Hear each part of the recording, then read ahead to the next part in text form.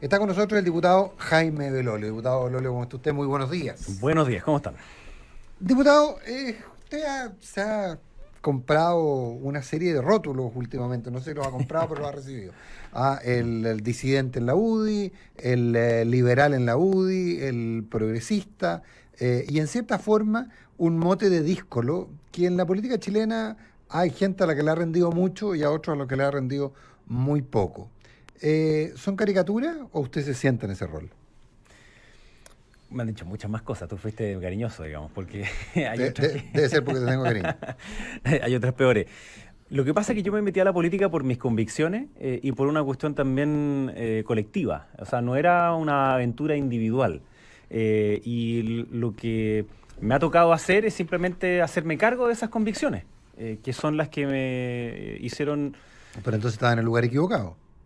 Es que yo me metí a la UDI, entre otras cosas, porque consideraba que era un partido que tenía una historia notable en cuanto a ir a disputarle a la izquierda extrema las poblaciones, en torno a ir a plantear que tenía que haber una economía libre y una sociedad libre cuando el muro de Berlín todavía estaba arriba. Y por tanto la identidad especial que tenía la UDI no era si era más conservadora o más liberal. De hecho, era una fusión liberal-conservadora. O sea, por algo cabía una persona como Jaime Guzmán y Hernán Vigia dentro del mismo partido. Sin embargo, su mayor valor agregado en esa trayectoria de lo que era la derecha, es que era una derecha distinta, con un énfasis social. Y es esa la identidad que a mí me conquista, y después obviamente personas que la llevan adelante, particularmente dos, Darío Paya y José Antonio Cast, ninguno de los cuales hoy día está en la UDI. Pero el ánimo tampoco, ni las personas ni el ánimo social, aparentemente. Es que más que el ánimo, yo te diría que esa identidad que identificaba la UDI en los 90... Se extinguió, ¿no? Yo creo que está, más que extinguida, está en decadencia. Está como lamentablemente estábamos conversando sobre la Laguna Culeo. Le está quedando muy poquita agüita. Y le está quedando poca, y el problema es que cuando le queda poca agua, poca identidad a un partido, empieza solamente a sobresalir los egos y las peleas de esos egos. Y entonces termina por enfrentarse simplemente la convivencia interna empieza a ser cada vez más difícil, hay menos discusiones de fondo, uno tiene que estar cuidándose la espalda de los propios en vez de más bien enfrentar a quien es tu adversario político.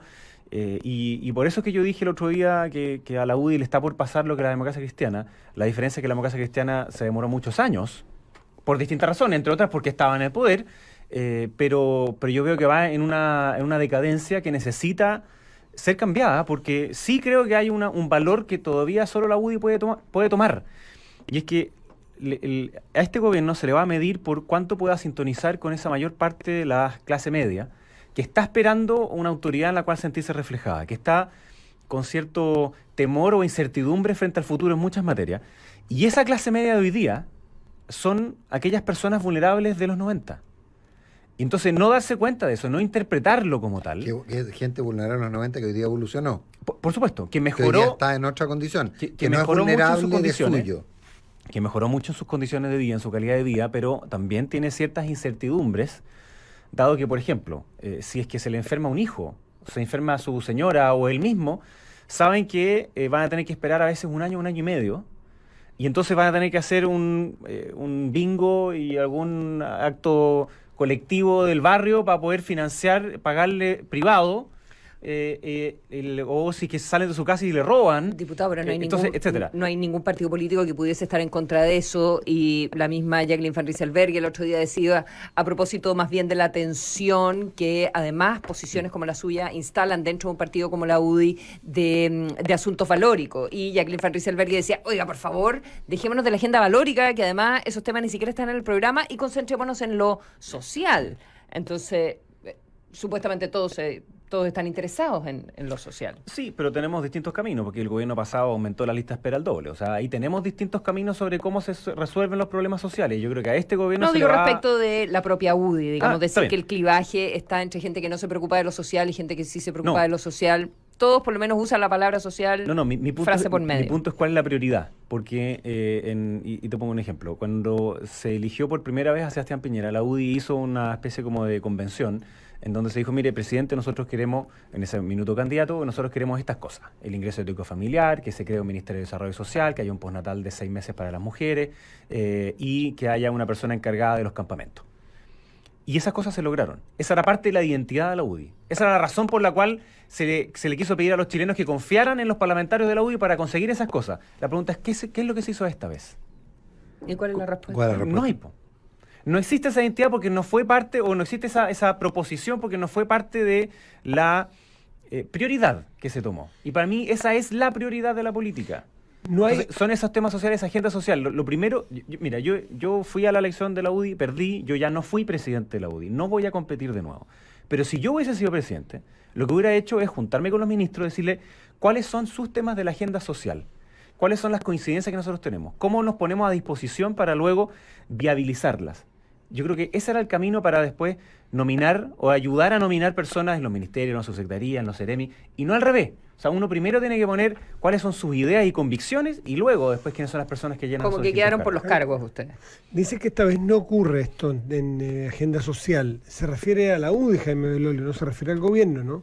Porque el gobierno, a su juicio, está enfocado en Sí, la no, sin agenda duda. social. El gobierno sí lo está y hay que ayudarlo en eso. O sea, esa es la razón por la cual yo creo que Piñera saca la votación que saca, con el mandato además ciudadano tan amplio. Es porque los chilenos no sienten vergüenza del progreso de los últimos 30 años. Es decir, no quieren retro, no quieren apretar el botón de reset. Quieren, por supuesto, superar las desigualdades, la falta de oportunidades, estos problemas hacia el futuro, esta asimetría a veces de poder que existe, los privilegios hoy día son algo que son inaceptables. Entonces, ven en Sebastián Piñera, o vieron en Sebastián Piñera, esa mayor seguridad frente al futuro, pero ahora hay que hacer esa pega. O sea, si realmente nosotros queremos estar no solo 4, sino que 8 o más años, bueno, la clave entonces es sintonizar con los chilenos, particularmente esa clase media. ¿Cómo ha funcionado este nuevo Parlamento? La instalación, hay un montón de diputados nuevos. ¿Cómo ha sido la experiencia de la renovación en la Cámara? Ha sido especial, especial en el sentido... ¿Especial un eufemismo para decir que las cosas no están bien? Es que ha sido raro porque hay algunas personas a las cuales obviamente uno valora que estén allí y que han sido una contribución y otros que derechamente no. Hay un problema como de incentivos que ocurre con el nuevo sistema electoral, que es que hay un tercio de la Cámara de Diputados, 50 diputados, que salieron con menos de un 5% de los votos. Y por tanto el incentivo para ello es hacer cosas bastante extremas con tal de salir en los medios y ganar una cuñita. Entonces tienen como un guión prearmado y se les nota demasiado que vienen con ese guión prearmado en que tienen que decir que no a todo y ser los más agresivos y etcétera. Entonces esa lógica le hace daño también a lo que se vive al interior del Congreso. Yo creo que parte de nuestro rol como parlamentario es, tal como dice el nombre, parlamentar, es decir, poder ir a escuchar al otro, saber por qué pensamos distinto, saber cuáles son las argumentaciones que tiene uno versus el otro y a veces tener la opción de encontrarse. Hay algunos que todavía están en la parada de que no se puede, digamos, que yo tengo que estar en contra tuyo ad hominem. Entonces se cae mucho... ¿Como quién, por ejemplo? No, yo veo a muchos del Frente Amplio que están en esa parada. O sea, como de irse en la radical para estar en contra de todo y son los que te dicen que no tienen que estar en las comisiones que el gobierno, por ejemplo, ha convocado, que cualquier acercamiento, cualquiera de ellos, a conversar algún tema con nosotros es casi como de traidor, digamos. O sea, hay una lógica muy antirrepublicana en eso.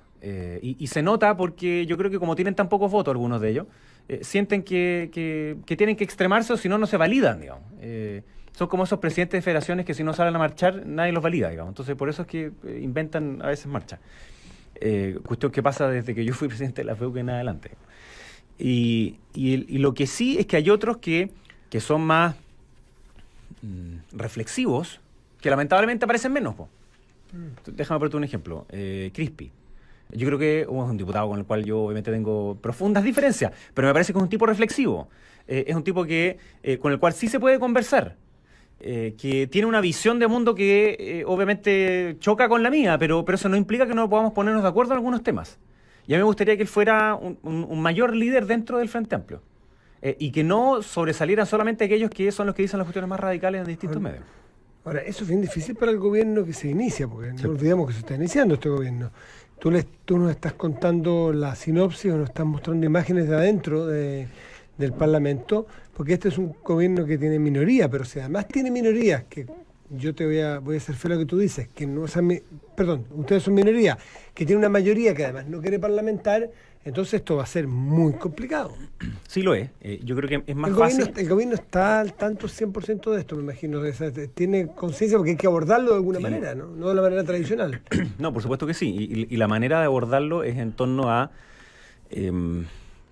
temáticas que respondan al interés de la ciudadanía, y es a través de tener esa mayoría en la ciudadanía en que se transforma la mayoría en el Congreso, y no al revés. O sea, ¿cuándo es que algunos diputados de la democracia cristiana, algunos que son más moderados de, no sé, del Partido Radical o del PPD, van a estar disponibles a apoyar alguna de las propuestas del gobierno? En la medida que eso tenga un respaldo ciudadano y no al revés. Y esa es la clave que tiene que construir el gobierno. Por ello es que a mí me ¿La está construyendo? Yo creo que en varios temas sí. O sea, la lógica, no? la lógica de estos consensos y de, por tanto, estas comisiones que tienen que ser transversales, no es sustituir al Congreso. Obvio que algunas cosas van a pasar por el Congreso, pero otras no. Entonces es la acción decidida del gobierno en materias que son centrales y que fueron los olvidados del gobierno anterior. Por ejemplo, la infancia. Y la infancia no es solamente el Sename, sino que es mucho más amplio que el Sename. Por supuesto que tiene que ser una prioridad el Sename, pero es mucho más amplio que ello. Pero hablábamos hace un ratito de cómo la UDI, a juicio tuyo, estamos hablando con el diputado de la UDI, con el diputado Belolio, no tuvo banderas para esta campaña, ¿verdad? No instaló banderas en el gobierno. Y cuando mencionas infancia, uno al tiro dice Evópoli. Parece que Evópoli estuviera comunicacionalmente manejándose mucho mejor que los partidos tradicionales en este minuto de gobierno, que RN y que la UDI, instalando sus temas. Instaló infancia. Ahora instaló nepotismo, por ejemplo. Y yo no sé si ayudó tanto al gobierno al instalar ese tema de manera tan fuerte. Al menos cambió la agenda. Yo creo que Evópoli ha hecho un buen trabajo. Yo tengo una buena relación con Felipe Kast desde mis últimos 4 años de parlamentario. Trabajamos mucho en conjunto y ahora le deseo lo mejor a Hernán Larraín Mate como presidente. Y ellos legítimamente han puesto sus temas. Una de las razones por las cuales pusieron los niños primero y la infancia es porque Felipe fue candidato a la primaria y ese fue como su eje, que era un orden de justicia que hace todo el sentido del mundo, mientras otros reclamaban que lo que había que hacer era financiar a la universidad a los más ricos. Alguien tenía que poner un orden de justicia y decir, mire, todos los economistas, más los tipos dedicados a la educación, saben que es la educación inicial, lejos la que más nos rinde. Sin embargo, las propuestas que se hacían implicaban gastar el doble en educación superior que en educación inicial. Ya, pero vamos a nepotismo, que en realidad eso era lo que me interesaba saber. Me di toda la vuelta. Entonces, con la pregunta. Pero espérate, una cosa antes. No es que la UDI no haya puesto ningún tema. Lo que pasa es que en vez de hacerlo como solo en la identidad propia, se hizo a través de las comisiones que Sebastián Piñera levantó para lo mismo. Entonces, parte del trabajo que la UDI hizo está en el programa de gobierno de Sebastián Piñera. Yo me siento completamente parte de ese programa de gobierno. Entonces, pero no había algo que la identificara como propia. Es decir, son estas 5 cosas que eran las más importantes. Y para mí eso es la agenda social que, por ejemplo, es en salud, el tema de la lista de espera, la atención primaria, en tema de educación es la educación inicial, el tema del Sename, lo que sucede en las cárceles. Te reitero el punto, descolgándome de Evópoli y cómo instaló sus temas. ¿Te parece adecuado, te parece que le ha ayudado al gobierno que un partido de su coalición haya empujado el asunto del nepotismo en lo que finalmente se ha ido convirtiendo con renuncias, con el tema del embajador en Argentina? Yo creo que obviamente es un tema que también lo habían planteado ellos antes. La UDI hace más de un año también había presentado un proyecto al respecto. Yo creo que hoy día además tenemos instrumentos para intentar solucionarlo. Yo escuchaba en otra radio a Engel que decía, bueno, que ellos han propuesto esta lógica como de hacer un concurso especial, un concurso como ad hoc en el caso de que haya un potencial conflicto porque se tendría que nominar a una persona que es pariente de alguna autoridad. Yo estoy perfectamente de acuerdo con eso y no necesitamos una legislación especial para hacerlo. Ya le podemos pedir hoy día al Servicio Civil que haga ese tipo de cuestiones. ¿Cuál es el punto central para mí? Que en el gobierno tienen que estar las mejores personas. Y su apellido no puede jugarle ni a favor, pero tampoco en contra. Es decir, no podemos darnos el lujo de perder a alguna persona simplemente porque tiene el apellido de otro. No, lo que hay que validar entonces son sus méritos. Y para que sea no el mismo pariente quien los valide, tiene que ser un ente imparcial. Bueno, ¿qué orden jurídico o qué institución tenemos hoy día nosotros para eso? El Servicio Civil es una. Entonces, perfectamente eso puede ser. Y me voy a poner al tiro el parche ante la herida porque algunos malintencionados me lo ponen y me dicen, mire, que mi hermano, Sí, Álvaro, acá lo estoy viendo en una lista porque claro. está la discusión entre parentesco, nepotismo, Sí, tráfico de influencia. Efectivamente. Mi hermano Álvaro es el director de extranjería. Él trabajó en el primer gobierno del presidente Piñera, yo no. Y mi hermano es ingeniero civil de la Universidad Católica, tiene un máster en políticas públicas en la Universidad de Chicago, escribió un libro sobre migraciones, tiene una fundación dedicada al tema. Me cuesta pensar Me consta, lo he visto en debates hace 2 años, lo vi participando en un debate sobre migración, o sea, es su tema. Entonces, es su tema. Entonces me cuesta pensar que si hubiese habido un concurso, él no lo ganara. Y yo no hice absolutamente nada para que a él lo nombraran allí, ¿Y cómo dado su resuelves trayectoria. el tema como de las castas, finalmente? Es O que- de familias donde la gente se dedica a los temas públicos. Ese es el punto. Entonces, yo creo que, de nuevo, para el caso de mi hermano, ideal que hubiese habido un concurso público en donde todo esto que yo te acabo de decir, que yo creo que es indudable, digamos, y que tiene todos esos méritos, quedaran ahí validados Sí, no, pero- por un ente imparcial. Ahora, pero- aún así siempre va a haber Pero un Jaime, prejuicio. el concurso público es una ficción, porque le tenéis que poner una variable que es adhesión al gobierno. ¿Y cómo ponderas esa variable de adhesión al gobierno? O sea, ¿tú haces un concurso público solo entre gente que piense como el gobierno? Bueno, pero Entonces, los gobiernos depende- tienen que tener derecho. depende los del gobiernos- cargo, Nicolás. No, de acuerdo. No, pero estoy de acuerdo, pero los gobiernos tienen que tener derecho a decir, mira, yo quiero formular políticas públicas y quiero que las hagan, estén al menos de acuerdo con mi idea. No, Entonces, eso es a mí me encantan las perfectamente ideas de legítimo. Eduardo Engel, pero hay algunas que son completamente inaplicables. Pero es Esta que- es una de ellas. Tú sí puedes hacer un concurso en el cual tú sí Pongas filtres como por condición. cercanía, no pones como condición Entonces, así como póngame el currículum que votó por mí, pero si tú sí puedes evaluar dentro de una entrevista, dentro de lo que sea, la cercanía política con el gobierno, pero dentro de ello, ¿qué es lo que ha hecho la ADP al final? Es subir el estándar. Sí. Es decir, que no tengamos ñoquis, como existe al otro lado de la cordillera. Todavía hay algunos, digamos, pero el punto es que se sube el estándar para una cantidad de cargos relevantes, por tanto, quienes están en esos cargos relevantes tengan ciertas competencias básicas. Yo estoy yendo más allá de la ley. Y el punto es que, a pesar de que no es una exigencia hoy día, entonces nominar a cada una de estas personas hoy día es algo perfectamente legal. El punto es otro. El punto es que hoy día la política cambia, en que nosotros tenemos que ser radicalmente transparentes y probos, y parte de eso claro. implica ir más allá entonces y decirte, mira, para que no haya ninguna duda, entonces hagamos este concurso especial en el cual estén, si son parientes, estén allá. Ahora, resulta al menos patudo por algunos venir hoy día a hacer gárgaras con el tema del nepotismo cuando durante muchos años se dedicaron a hacerlo y ejercerlo. O como cuando uno ve aquí algunos... Pero es que por eso te pregunto si es el mismo Evópoli el que instala Sí, el no tema, fue- no lo instaló la oposición. Está bien, pero es porque hubo algunos casos y hay que resolverlo. O cuando uno ve a unos diputados del PS reclamando por el viaje del ministro a Harvard, pero fueron los mismos que defendieron a rajatabla los 60 millones de pesos que gastó la presidenta Bachelet cuando de un día para otro se puso la camiseta de Chile y se fue a Brasil, pues. Y más encima perdimos. Entonces, ese tipo de cosas... ese tipo de cosas son... Me acusaste de dieta. La Eso acusaste fue de bajo. dieta. Ese tipo de cosas a la gente les molesta el doble estándar. Yo creo que tanto el ministro de Hacienda como todos los ministros tienen que ser especialmente cuidadosos porque no nos van a perdonar ni una. O sea, en este gobierno no hubo luna de miel, ni la va a haber. ¿Se equivocó Nosotros- la reina en eso? yo creo que Felipe Larraín. yo creo que todos los ministros, todos, especialmente el de Hacienda, tiene que ser muy, muy, muy cuidadoso en eso. Yo me siento orgulloso que el ministro de Hacienda sea invitado a la reunión más importante que tiene la Universidad de Harvard a exponer como ministro de Hacienda. Pero tiene que ser especialmente cuidadoso. ¿Por qué? Porque ellos están buscando cualquier cosa, cualquier excusa, con tal de aunarse en contra de. ¿Pero se no a equivocó favor de o no algo. se equivocó? Lo pudo haber hecho viajar, mejor. yo creo, Lo o pudo sea, haber- sin duda, lo puede haber hecho pagar mejor. él, por ejemplo, su bolsillo esta Por ejemplo, invitación que sí, fue por en lo ejemplo. personal. Sí, claro, a mí, Hasta que a mí lo- me preguntaban porque yo fui a Chicago el fin de semana, así es que me habían pagado. Sí, te viene una foto en pero el diario. Lo que pasa es que yo soy un pinche diputado nomás, así que yo me pagué mi propio pasaje. Ellos me invitaron así al alojamiento, así que agradezco de aquí a la Universidad de Chicago. Pero lo que pasa es que tú no eres quien tiene que encabezar las políticas de austeridad y él sí. Esto es como un padre que, no sé, que no paga un Super 8 en un supermercado y tiene que decirle a sus hijos que sea honesto. Es muy difícil por hacerlo. exactamente eso mismo es que tiene que tener más cuidado, pero yo no creo que lo que él haya hecho esté equivocado. O sea, me parece bien que él haya ido allá y haya dado la charla en cuanto a ministro. Porque además lo invitaron obviamente primero en su calidad de ex ministro y ex alumno y después ratificado en su calidad de ministro. Pero especialmente ese es el tipo de cosas que uno tiene que tener más cuidado, dado el contexto en el que hoy día nos estamos jugando la cancha en la política. O sea, la política cambió mucho en 5 años, mucho. Y todos tenemos que hacernos cargo de eso. Yo creo, Jaime Belolio, no, diputado. Sí, Jaime Belolio, diputado, 1.000.000 de gracias.